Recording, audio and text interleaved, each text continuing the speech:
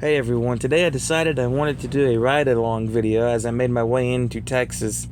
I'm hauling a 78,000 pound transformer, and all together with the truck and load it totals out at just over 132,000 pounds. It stands at 14 feet 11 inches tall and is roughly 9 feet wide, and I want to say it's about 78 feet long from bumper to bumper. I picked this load up out of Goldsboro, North Carolina on Friday, and I'm headed to El Paso, Texas with it to deliver on Tuesday. And it's been a fun journey so far.